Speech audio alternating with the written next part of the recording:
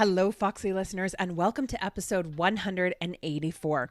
I sit down with Jan today, who is a multi award winning entrepreneur from the UK who has just a few decades of running micro and small businesses behind her. She's very familiar with all of the challenges that go with having those types of businesses because she started one from her kitchen table as a single mother with two young children.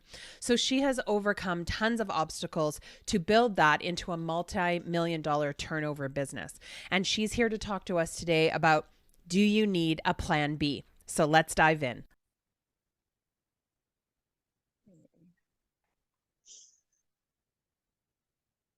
Hello, Foxy listeners. Welcome to the show today. My guest is Jan, and I am so excited to chat with her today, but I don't want to give it all away, so I'm not going to tell it in the description. So, Jan, thank you so much for joining us today. It's my pleasure. It's my pleasure. You can't make me laugh like that. It'll make no sense at all.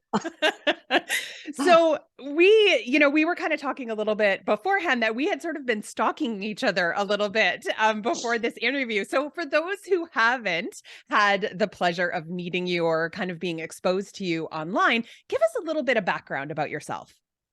Okay, I am what I'd call a semi-retired entrepreneur because I had businesses for longer than I care to remember, several decades anyway.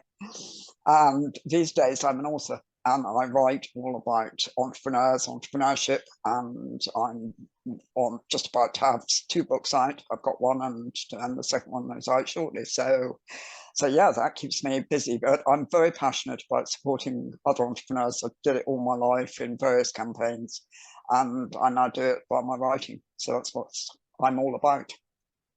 So I love, I'd kind of been, looking around at some of your stuff. And even when we talked, and you talk a lot about sort of having a plan B. And I really want to talk more about that because it's something that I agree with. And we were sort of talking about, how I always tell people, like, you don't need to know what you want to be when you grow up yet. So what do you mean when you say you should have a plan B? Well, this is very much based on my own experiences because one of my businesses I had for a very long time, and I sort of got into it by accident as a single mom and just needing to support myself. And then it grew beyond all expectation, which was lovely and, nice to be successful and everything else. But I ended up being in it for, I guess, nearly 20 years, which is a long time to be in any business. And I didn't have a plan of any sort about exit or what I was going to do at the end of it when I started. What happened was it sort of evolved along the way because as my children grew up, it sort of got talked about that they might come into the business around the kitchen table, and it seemed like a nice idea. So I didn't evolve one, which was stupid.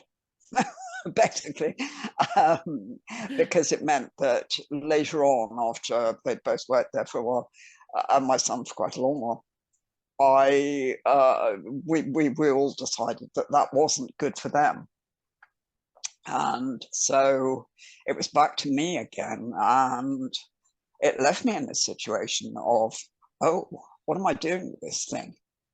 You Right. know, and I had no plan B. And did you feel like there was a little bit of a lack of passion that you sort of Yeah, had for it, actually, or were you just kind of I going did through? very much so. Yeah, I Yeah. mean, the thing that had driven me to do it in the first place was to provide for the children, and then I got caught up with the whole growing a business thing and creating and all the other passion things. But but with them gone, and I was gradually moving on. It's something we don't reckon, isn't it? That you we sit there and we say, oh, you'll have to drag me out of here. I love this business. I'm going to be here till I drop. And it never crosses our mind that actually we all change in life. Lots of things change, and we might not always want that or be like that. And it certainly never crossed mine. I was so determined that that would be the case. And yet it got to the stage of actually waking up one day and thinking, ugh, oh, well, it's sensible to do this, which Yeah. isn't, it doesn't drive you enough. How much you tell yourself that, this is an income and this is a wise thing to do and a responsible thing to do. it doesn't fall out of the belly in the morning, it really doesn't. Well, and I think too, what happens a lot of times is that, you also have that weird negative support that goes against entrepreneurs. Like people change jobs all the time.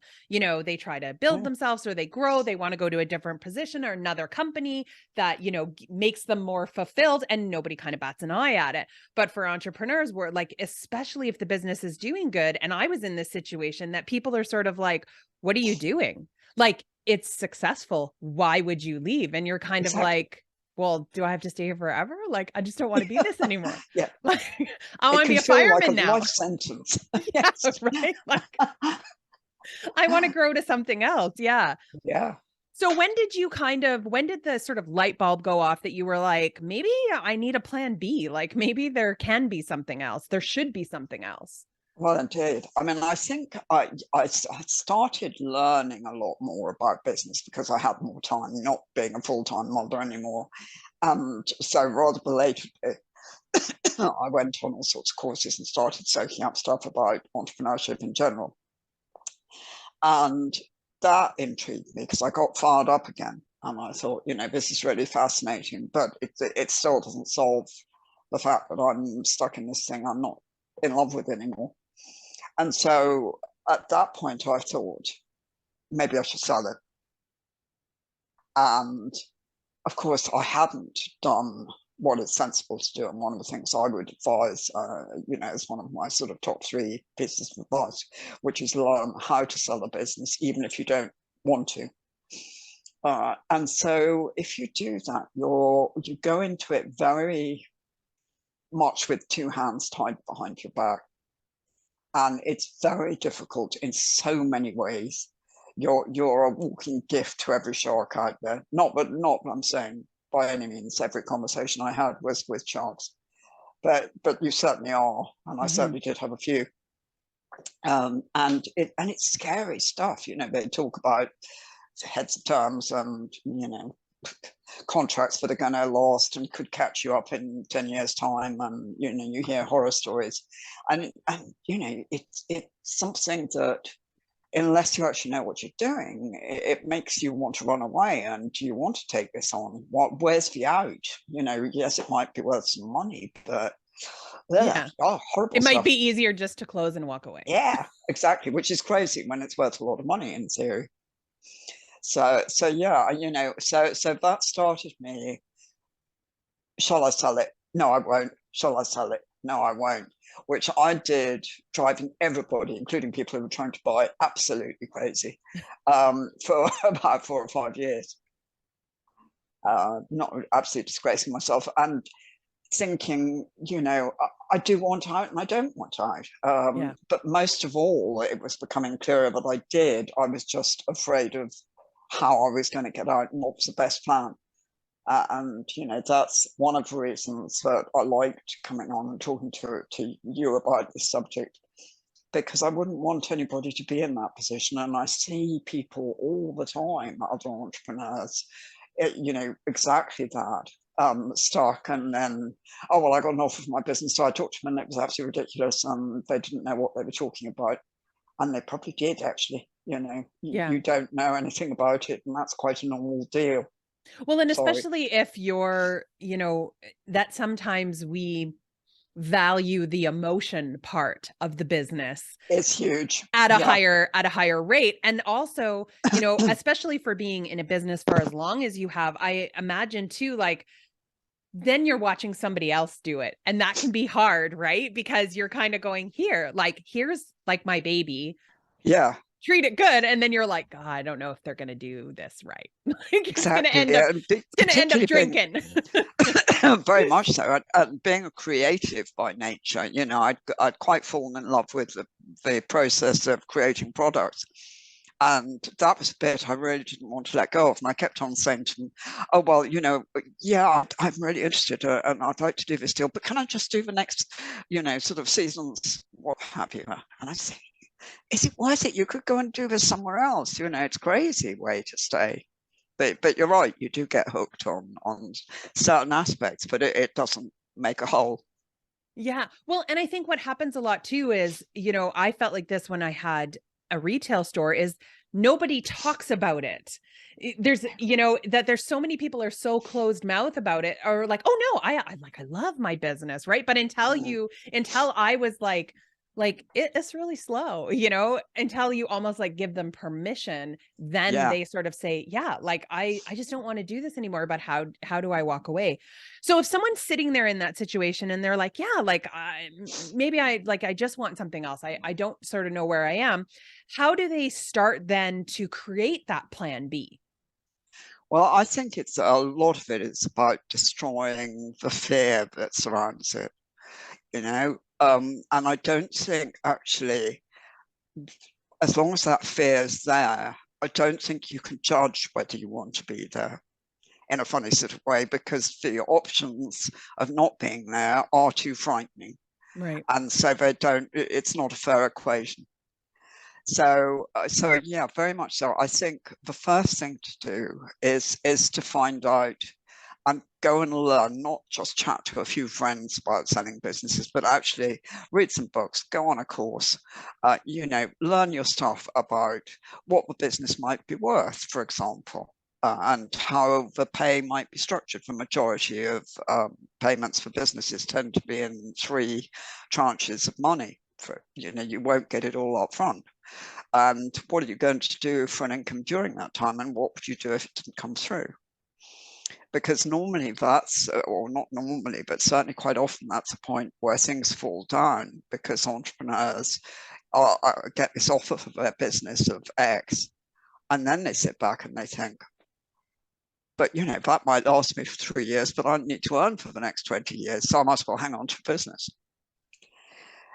But if you've got all your figures and you're confident you can go into a deal with your back covered, then you can actually look at what that situation holds. And it is an actually clear look without all the fear clouding it. So, it's essential to get that information really clear in your head and really know what you're doing to ever weigh it up, to be honest.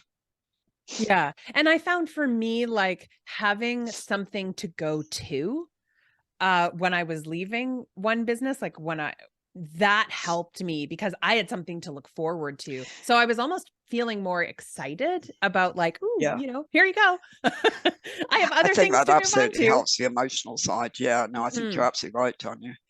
But again, you can't really make a plan to that till you know how you're going to get out and how much cash you're going to have and everything else. But it's certainly, the moment you get a sort of dream of I want to do X, Y, and Z float across your mind, that you start to latch onto. Even if that's the point that you say, oh, well, that means I need to learn, then, it still adds up to the same thing. So when you were at the point, like for you personally, you said you had this business for 20 years, and when you kind of decided to let it go, like, did you kind of feel like, now what? Like, did you sort of feel like you were not knowing if there was going to be life after this? Because that's a long time that you were sort of Yeah, immersed in that environment. it was huge. And I think the first offer, which was by far the best one that I got in every way, um, it was very much probably what stopped me. And the guy who made the offer is extremely experienced deal maker. And he said, why don't you fly out to Mallorca, which is where he has one of his houses, and we'll put together a plan for your future, because that's what business owners come up against all the time. And I'm quite good at advising people and reinventing. And I wonder, in a way, sometimes what would have happened had I done that. What would have I ended up doing? But it was all too new and too frightening at that stage. So I didn't go that route. Did it But almost feel but like yeah, that might be too good to be true when you heard that? yeah, there was a little bit of an element to that, and I've known him a little better now, and I think actually, I mean, yeah, he's terribly sharp, terribly successful. I mean, not a league successful, but actually, I think he's one of the good guys on the whole, and there's a lot who aren't in that world, awful lot, and I met quite a few of them later on down the line in that path. But you pick up a little knowledge along the way as you start to talk to people and deal, and you begin to think, actually, no way in hell, because some of them are really sharp, really really sharp, and will stitch you up and do all sorts of things from set you up in a deal to refinance a company because that might be what you need, and don't worry, it'll be no personal loan at all. And somewhere they'll put it in the small print you won't see, or and you'd have to hire an incredibly sharp attorney to spot. And then you make the sale, and they immediately bust the company, and you're left with the debt of the lot, and they go off and restructure it under a different name. I mean, there's terrible things happen to people And I think that's through why it's bad so sales. important that you said, when you had mentioned like, if this is what you're wanting to do, then make sure you're educating yourself, Definitely. not only in like how to do it, but even looking around on who is coming to purchase this baby of yours. That, yeah, absolutely. And there's some signs, that they will overpressurize you. I mean, for example, they will a lot of them, one of their favorite tricks is to the sort of quite sharky variety is to demand so much information from you, which really isn't relevant. But so you're kept with them screaming in your ear, for maybe 3 months, demanding this, demanding that, demanding this. So you cease to be able to run your business, which means that in a way you've already half left it and devalued it anyway, and you're even more desperate to get out. There's psychological warfare that some can Mhm. play. It's a nasty game if you don't know what you're doing. So you had said earlier that, of course, you're an author and you've written some books. What made you do the transition to start to write? What was your why for your first book? Well, I guess there are a couple of things. I mean, in fairness, I dreamt of being an author as a child, so it was a bit of a full circle thing. But I had been writing articles for business publications, various, for 8 or 9 years, if not more. And when I did retire briefly, it took me a few weeks, and I thought, thank goodness for that wife. It took a long time coming, but I'm so glad to be out of there. But oh, I do miss writing. So it just seemed sensible that that was something I could still do, and here I am. But Well, because it's it's hard, got, right? Like you leave something and then you're excited to have that little bit of time off. But yeah, I think I lasted like 2 days and then I was like, okay, now what? yeah. Like, I think I lasted 2 weeks, but it was only yeah, this. right? You're just like, okay, I'm relaxed. Like, now what? Absolutely, yeah. And it was absolutely clear in my mind that that was what I missed, So to talk my to us a little surprise. bit about your latest book that you have out. Thank you. Yes, Start for Success is out on the 25th of January. And Start, I wrote, I'd been, yeah, it was always sort of two books in my mind, actually, when I first started. And Bloomsbury, the publishers of the first one, wanted me to write specifically about the leap from 1 to 10 million, which, and how tough that is, which was sort of half of what I wanted to write. I also wanted to write a book, which has now become the one that's coming out, which was to help people put the right foundations for growth in, because I think more and more people now are starting businesses with the intention of growing them. And actually, that will give you problems if you don't do it right from the start. Lots of us, like me, drifted into growth, and you have to unpick before you can move on again.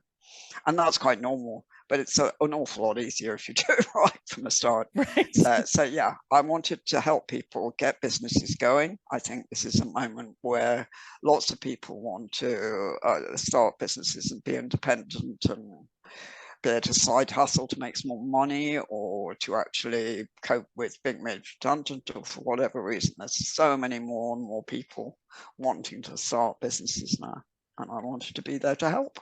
So give us an idea or like a tip that you have in this book for someone who, let's go for someone first who's thinking about sort of taking that leap into starting. Well, I think a lot of it's about mindset. Ask the majority of entrepreneurs how much they knew in the beginning. They'll all go, oh, nothing, even if they went to business school, because I don't think much actually prepares you for reality. No. So that's okay. We all learn, we muddle through, and that's okay. But I think it's that fear of starting, and that's something that I have tackled in this book, and I didn't in the last one. And we get so frightened in life that we don't do things, be it jump off a cliff or, sort of, as in go abseiling, not literally jump off a cliff, or deep sea diving or whatever that we've always dreamt of, but never quite have the nerve to do. And starting a business can be very like that. It seems like this huge thing. And it doesn't have to be that frightening. And, as we talk about in the book, if you want it badly enough, you just need to take that step forward and, go for it. And don't worry if you fail, because we all fail all the time, but you'll really regret not going for it. So what about for someone who is already in business? So they're at the point, they still like it. But they want to sort of take that next step to kind of grow a little bit. What advice would you have for them? I think, for somebody in that situation, I think you want to do a foundations check. You need to be sure that you've got right, strong strategy in place to do it. Probably most of all, you want to make sure you've got right senior management, or you go out and look for them. Because a couple of nice people who've been with you from the start will not cope with, a forced scale up, fast growth business. So you're going to need more people, and that probably means either giving away capital, or it means getting some funding, or possibly both. But definitely you need to look at that aspect of juggling quality people. Otherwise, it's too much. It's too much on you. Depending on what degree you're going to grow, of course. Yeah. You can grow to some extent on your own.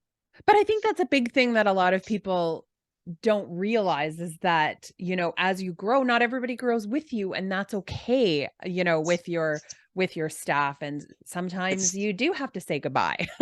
definitely it's a huge point, actually, and I think you're right. It's not one people realize, and they go on promoting those people who've been there from the beginning, thinking it's the right thing to do, and wonder why they're carrying the entire thing.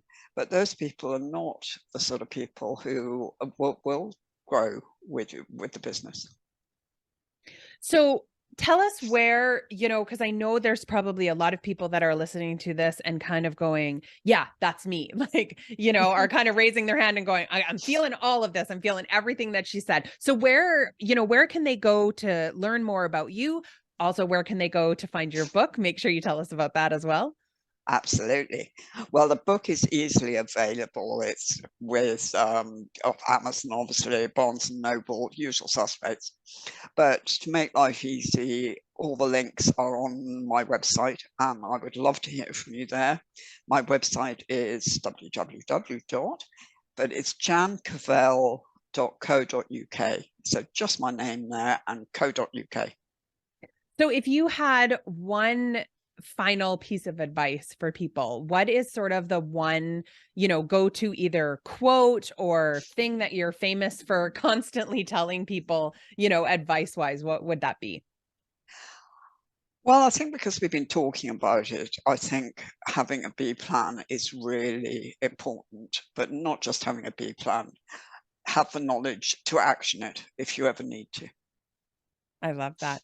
Jan, it's been an absolute pleasure. Thank you for coming on and sharing all of the great stories and stuff that you had. But I think there's a lot for people in this. And I think it was really important for people to, hear from, not just me, but somebody else, that it is okay to change and it's okay to Yeah, move on. Oh, definitely. I mean, I'm happy as Larry. I don't know about you. I'm thrilled to have moved on. But it's hard in the moment, right? When you're stuck Yeah, in sure. that. But again, it comes back to that, it's just over that hurdle of fear, you Yeah. know. Yeah. I love that. Well, thank you so much. Pleasure. Awesome. Thank you. That was wonderful. Good. So, you are actually my last recording of 2022. So, we're going to get this episode out on the 13th. So, next Tuesday. Lovely. So, Well, yeah, because we'll get you in right before, because then the following week, it'll be a good time too, because then the following week is we're going to be pushing our last episode before we start our sixth season. So it's a good time because you get fabulous. lots of stuff. So Well, we will, don't if you can. Sorry, I was going to say because I sort of hesitated slightly when we were live because I should have asked you before when it was because I could have mentioned that. But the book's available for pre-order, so if you add okay. that into the show notes, Yeah. you can say that to fit with the show. Yeah, absolutely. So what we'll do is we'll add the pre-order link into that. And so what'll happen as well is we will email you with the links once the episode is Wonderful, and we can. like all edited and ready to go. Yeah, So the audio episode will go out on Tuesday the 13th, and then the following week the YouTube video will release. So we can fabulous, kind of hit it great, twice. sure. And so we'll That send you sounds that good. link later.